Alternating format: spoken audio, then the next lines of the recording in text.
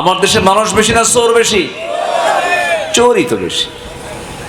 এটা আমার জরিপ নয়, এটা নেতা জরিপ দিয়ে গেছেন। নেতা আল্লাহ রাব্বুল আলামিন সূরাতুল আহজাবের শেষ রুকুতে ইমানদারকে ডাক দিয়ে এক নাম্বার হুকুম আদায় করতে বলছেন, সেটা হলো তোমরা আল্লাহর ভয় করবে, এবং নাম্বার 2 তোমরা যে কাজটা করবে সেটা হলো ওয়াকুলু কাওলান সাদীদা।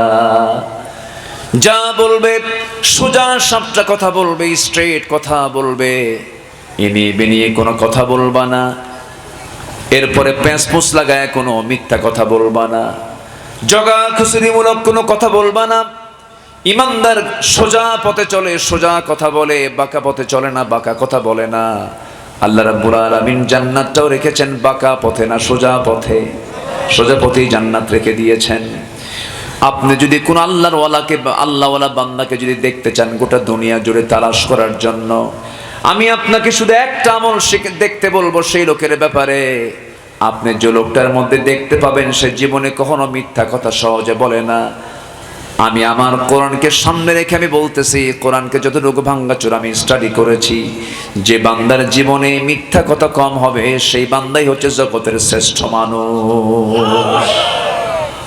কথা কি ক্লিয়ার?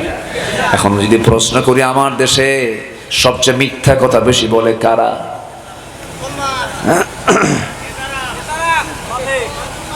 দেখেন জনগণ ঠিকই বোঝে, তো বোঝে না, সব তো বোঝে। কথা বলবো, কথা বলবো, কথা বলবো। তাহলে সত্যের বিপরীত হলো মিথ্যা। সত্যের বিপরীত কি? সত্যের পুরস্কার হলো জান্নাত। আস-সিদকু ইয়াহদি ইলাল বির ওয়াল বিররু ইয়াহদি ইলাল জান্নাহ।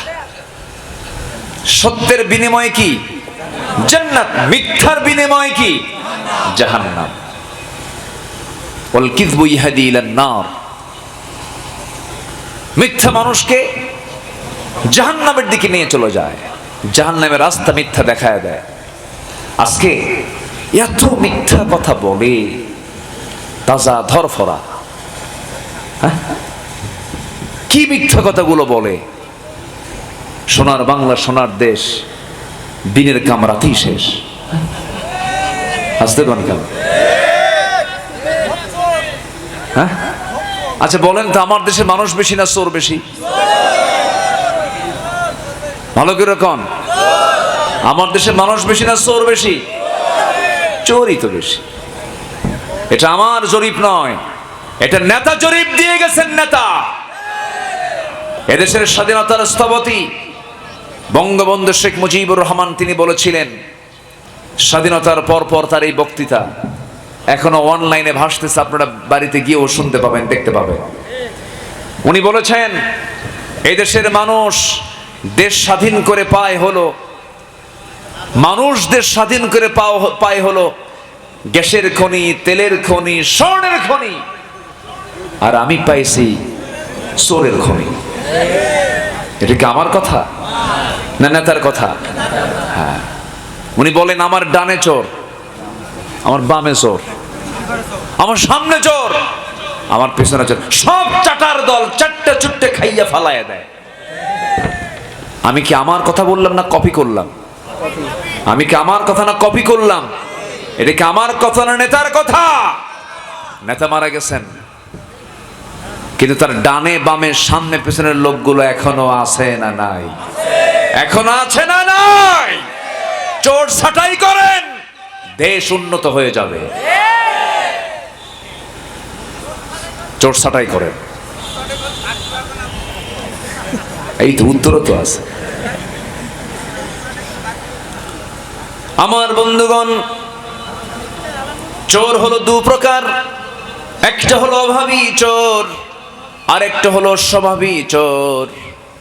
কেউ চুরি করে পেটের ক্ষুধায়, আর কেউ চুরি করে হলো স্বভাবে।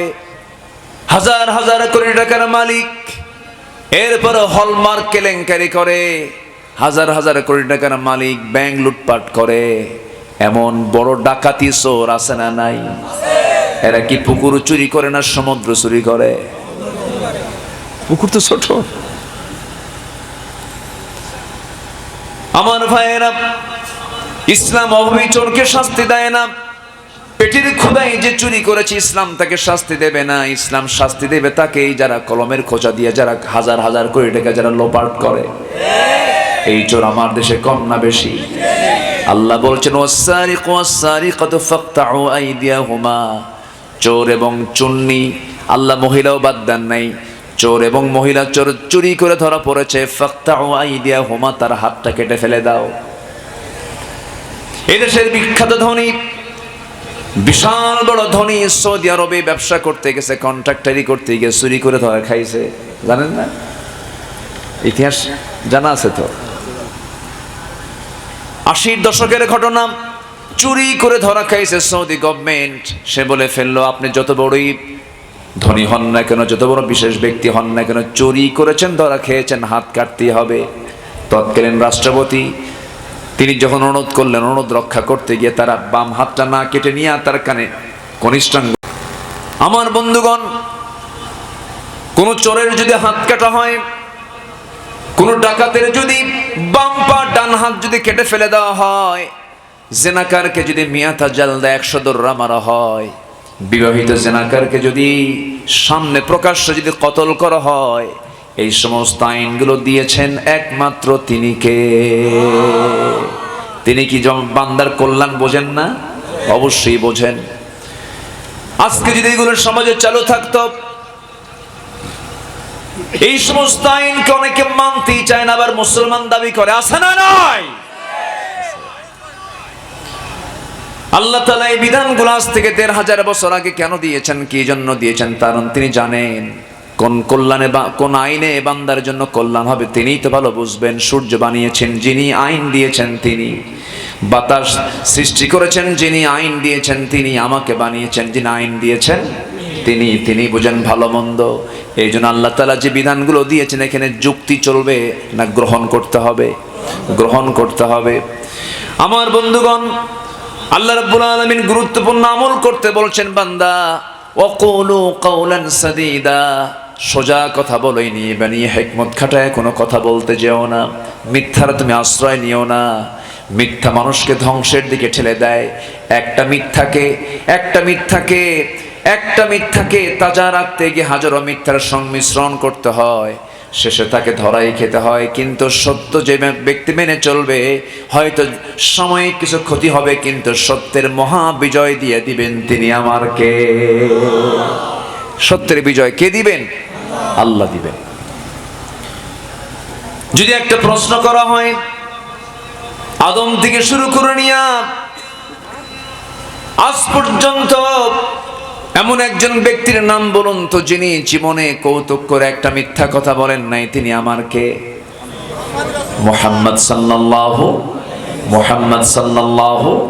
আলাইহি ওয়াসাল্লাম। হাশরের ময়দানে যখন বিচার শুরু হবে না, আদালত কায়েম হবে না, 50,000 বছর চলে যাবে, এমন সময় সমস্ত আদম সন্তানগুলো অস্থির হয়ে যাবে। প্রথমে তার আদি পিতার কাছে চলে যাবেন, তিনি বলেন আমি পারবো না কিছু বলতে। সব চলে আসবে মুসার কাছে, ঈসার কাছে। ইব্রাহিম আলাইহিস সালাম বলবেন না না, আমিও কিছু করতে পারবো না, যদি আমি তোমাদের পিতা। জাগতিক জীবনে আমি 3টা হিকমতপূর্ণ মিথ্যা কথা বলেছিলাম। আমাকে যখন প্রশ্ন করেছিল মূর্তি ভাঙছে কে, মূর্তিকে জিজ্ঞাসা করো। কি ঠিক আছে না? ঠিক আছে না? মূর্তিকে জিজ্ঞাসা করো। যখন তাকে বলা হলো চলো আমরা এলাকার বাইরে চলে যাই, না আমি অসুস্থ, ইন্নী সাকিম, আমি সাকিম বলে ফেলেছি। আমি বলেছি মূর্তিকে জিজ্ঞাসা করো। আমাকে প্রশ্ন করা হয়েছিল আমার বউ সম্পর্কে, আমার বউকে নিয়ে আমাকে যখন প্রশ্ন করা হলো, এই মহিলার পরিচয়টাকে আমি বলছিলাম আমার এটা বোন হয়। যদিও মিথ্যা নয়, কিন্তু আমার কাছে আমি লজ্জাবোধ হচ্ছে, আমি কিছুই করতে পারবো না। তোমরা চলে যাও আখির জামানার পয়গম্বর জনাবে মুহাম্মদ রাসূলুল্লাহ সাল্লাল্লাহু আলাইহি ওয়াসাল্লামের কাছে চলে যাও। সমস্ত লোকজন আমার নবীর কাছে চলে আসবে। আমার নবীজি মাকামে মাহমুদি সেজদায় পড়ে থাকবেন। আল্লাহ তাআলা রাসূলকে বলবেন আপনি সেজদা থেকে মাথা উঠান, আজকে আপনি যা বলবেন আমি আল্লাহ তাই কবুল করে নেব। আমার নবীজি হাসরের ময়দানে মোট 4 বার আসবেন। কয়বার? 4 বার আসবেন। কোন মিথ্যুককে তিনি জান্নাতে নেবেন না, মিথ্যুকের পক্ষে সুপারিশ করবেন না। ইমানদারের সবচেয়ে বড় গুণ হলো সততা, ইমানদারের সবচেয়ে বড় গুণ হলো সত্যবাদিতা। আর মুনাফিকের সবচেয়ে এক নাম্বার বদ গুণ হলো কি বলেন? মিথ্যা। ইন্নাল মুনাফিকিনা লাকাযিবুন, আল্লাহ সাক্ষ্য দিচ্ছেন মুনাফিকরা এক নাম্বার বদ গুণ হলো তারা মিথ্যাবাদী হয়। কি হয় বলেন? মিথ্যাবাদী। তাহলে কি আমরা মিথ্যার কাতারে থাকবো না সত্যের কাতারে থাকবো? সত্যের কাতার হলো ইমানদারের কাতার, আর মিথ্যার কাতার কিসের কাতার? মুনাফিকের। বলেন কিসের? বিশের বলেন কিসের? মুনাফিকের কাতার। মানুষ যখন কথা বলে জিহবাদি বলে, এই জন্য রাসূল বলেছেন তোমরা জিহ্বা কি তাজা রাখবে আল্লাহর জিকির দিয়া। এমন একটা জিকির আছে যে জিকিরটা বলতে 1 মিনিটও লাগে না, কিন্তু এত সওয়াব আল্লাহ রাব্বুল আলামিন রেখে দিয়েছেন। আসমান জমিন যত ফাঁকা জায়গা, সব ফাঁকা জায়গা আল্লাহ পাক সওয়াব দিয়ে ভরপুর করে দেন। 1 মিনিটও লাগে না, 30 সেকেন্ডে শেষ।